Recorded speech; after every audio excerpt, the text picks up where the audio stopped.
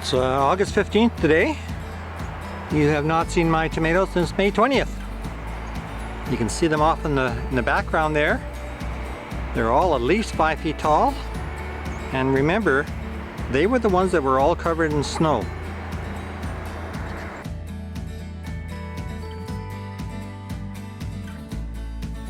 I did plant a few greenhouse tomatoes. These are a type of beefsteak. I have taken off 16 gallons of tomatoes already.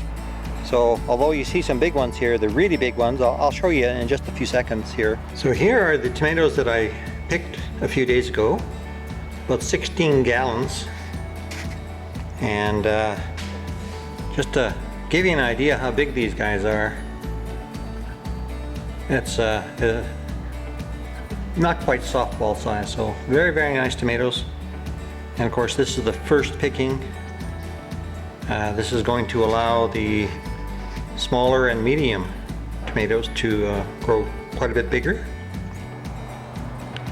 Though these tomatoes here, which are 5 and 6 feet tall, were actually covered with 1.5 inches of snow around May 19th. Now, one of the reasons I was doing this video was to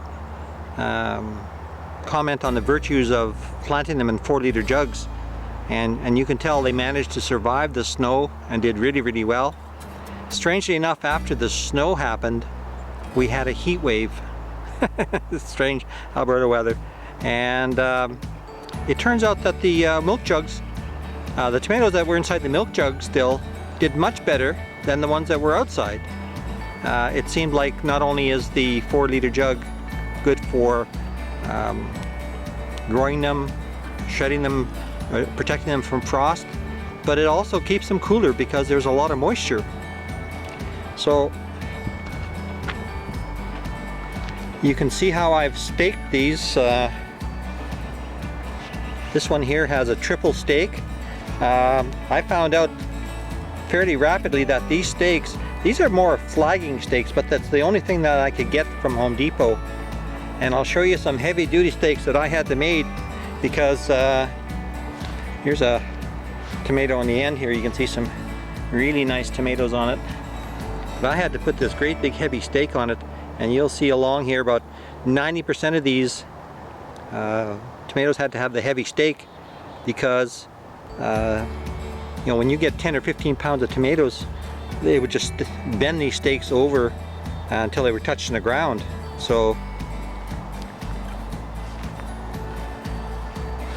lots of nice tomatoes.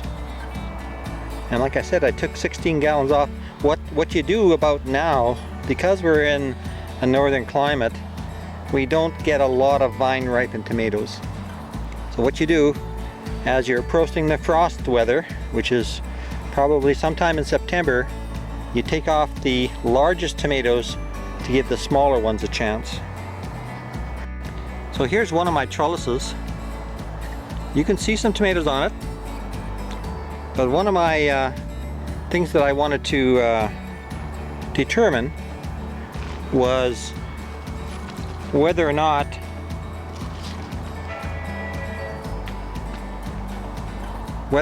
the vine type would do well.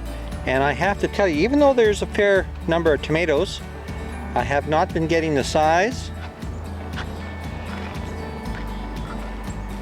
or the volume of tomatoes on the vine kind. So you can kind of see here, I'll certainly get more, but you can see that these are up to 6 feet as well.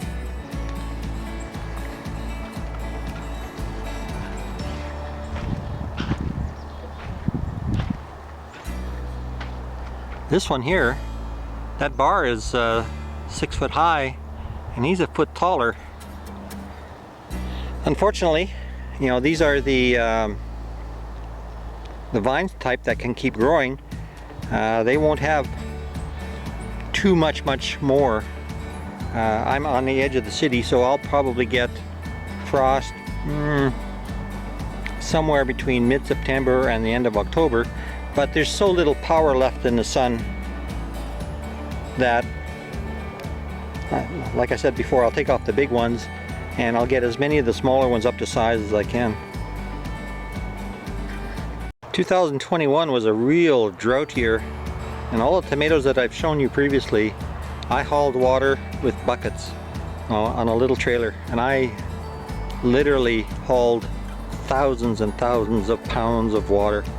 And finally I decided that I just simply had to install a faucet here. You see it's all underground. I put in a 1-inch hose back to my house, well, probably 20 years ago, and it's been so wet all this time I've never really needed it.